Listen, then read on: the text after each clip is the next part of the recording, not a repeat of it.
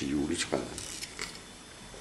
Ja, det er jo vist sådan, nogle af tingene herover er der så også sådan forskellige. Der er Rufus, der er sådan en, jeg har lavet det hænge sidste af vores vores kolleger, som døde, Jørgen Haumann, har jeg lavet hænge mindeord. Og det her, det var hans yndlingsbillede, og sådan så vi ham også som et menneske, der kunne stå og kigge ud over verden, men også være deltagende i verden. Det her, det er mit sidste nye barnebarn, Storm, som blev født den 17. februar. Og ja, Marie, som er min datter jo, har så nu 3 børn, så jeg har 3 børn der. Og her har vi igen den lille prins. Den lille prins er ufattelig vigtig. Så har jeg hernede nogle forskellige bøger og rapporter fra tidens løb af Kokskole. Altså, en af de ting, som jeg har været glad for at være med til at lave, det er jo vores 125-års jubilæumsbog. Den er ved at kigge i, og den symboliserer så også skolen, sådan som vi ser børnene fylder, men det er os, der er der også. Så det er... Ja, jo, altså man kan blive ved. Jeg har sådan en flaske stående her, så jeg trækker nok til at blive renset, men den har jeg fået en gang. Det var Helle Bensen, der fik den lavet, og det er så igen vores logo, hun har fået indgraveret i den. Det var meningen, den skulle stå fyldt med gammeldansk. Hvis der nu var nogen, der lige trængte en gammeldansk, så kunne de gå ind til mig og få den. Den var ikke engang tom, da jeg valgte at tømme den helt. Vi bruger ikke rigtig gammeldansk mere på den måde. Så det er nu en rigtig sød flaske, som jeg har tænkt mig at tage med mig og bruge til andet formål. Mange af tingene skal jeg jo have med, når jeg forlader det her. Det bliver jo et anderledes kontor. Jeg bryder mig overhovedet ikke om kontorer. Jeg synes, skriveborde er noget af det værste, der findes.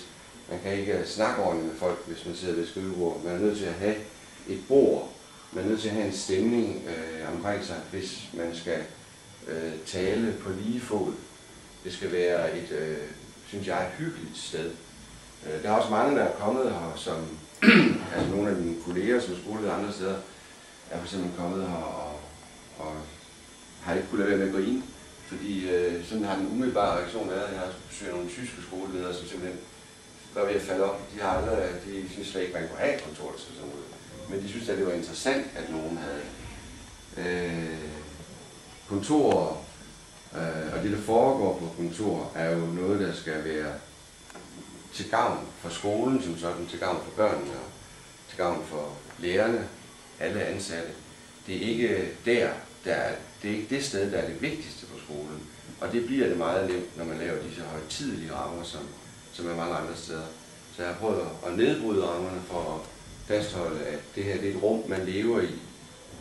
Der har været vikarer, som er kommet herind og troede, at det var et grupperum for lærere, fordi vi ikke lige har noget lærerværelse på den her etage ellers. Og som så har spist deres frokoster, og så senere hen fået at vide af andre, at det var faktisk skolelederens kontor. Det synes jeg er fint at kunne opleve, at det er sådan, man kan opfatte stedet. Børnene kommer her meget altid, når børneklasserne starter, så bliver det her kontor undersøgt, også for det er rigtig mange ting, og der bliver spurgt om, hvorfor har du det, og hvad er det, og ja, det er en fornøjelse at have sådan et kontor, der rummer så mange forskellige ting, og så også så mange minder. Men så det bliver lidt ejendommeligt at tømme det. Det er... Så står jeg lige og kommer til at se på, at jeg fik sådan en af vores forældre på Mads, som stadigvæk er på skolen. Hvornår lærer vi? Du lærer, når du skaber. Du lærer, når du er grænseoverskridende. Du lærer, når du eksperimenterer. Du lærer ved at handle først og tænke dernæst. At lære er at handle.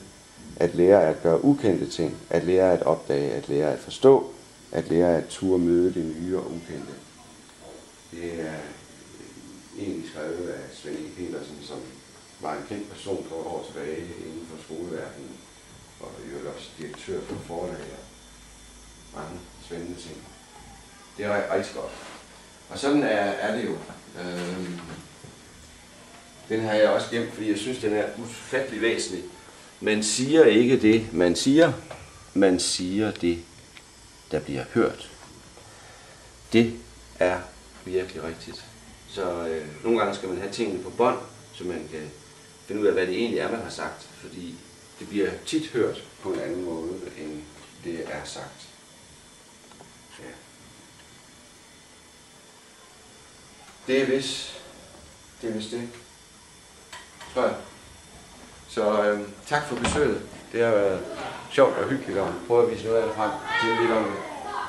Der er mange historier. Jo, igen lige spejlemanden deroppe, den tager jeg jo også med. Det var en pedel, hvor jeg var engang på skolen, på en anden skole, Stenshadsskolen, som synes jeg var træls med at gøre, fordi jeg altid skulle bygge om og flytte rundt på ting og så videre. Så en talepædagog skulle bruge en spejlemand på et tidspunkt, og det ville han gerne lave til. Og der tænkte jeg, så kunne han genere mig ved at lade mig være spejlemand. Det viste nu, at det blev en utrolig populær spejlemand. Og jeg fik så lov til at få den med, da jeg forlod skolen. Det var sådan en afskedsgave. Og jeg har ikke noget imod at være spejlemand. Jeg synes, det er en udmærket rolle at have, hvis det kan betyde, at der er nogen, der lærer noget. Så er det fint for mig. Ja. Tak for det.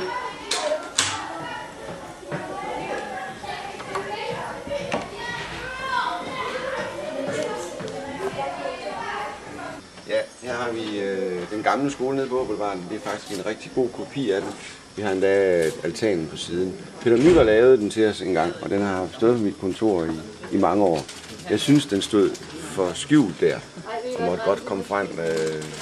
Så den er kommet herned. Den blev lavet i forhold til et eller andet jubilæum, vi havde på skolen. Peter har så lavet en ny udgave af vores logo. Jeg kan tydeligt se logoet, og jeg kan se vores smykker og så videre i den her. Jeg synes, den er rigtig dejligt lavet. En ting, Peter også har lavet, det er vores byste her af Sigrid Stålby. Han tilbød, eller han ville gerne have lov at lave Sigrid. Han kendte hende rigtig godt. Og det måtte han også godt. Hun var meget rynket på det tidspunkt. Hun var omkring 90 år, da han lavede den. Men hun ville ikke have den, sagde hun. Hun ville ikke have den hjem. Den måtte vi have på skolen.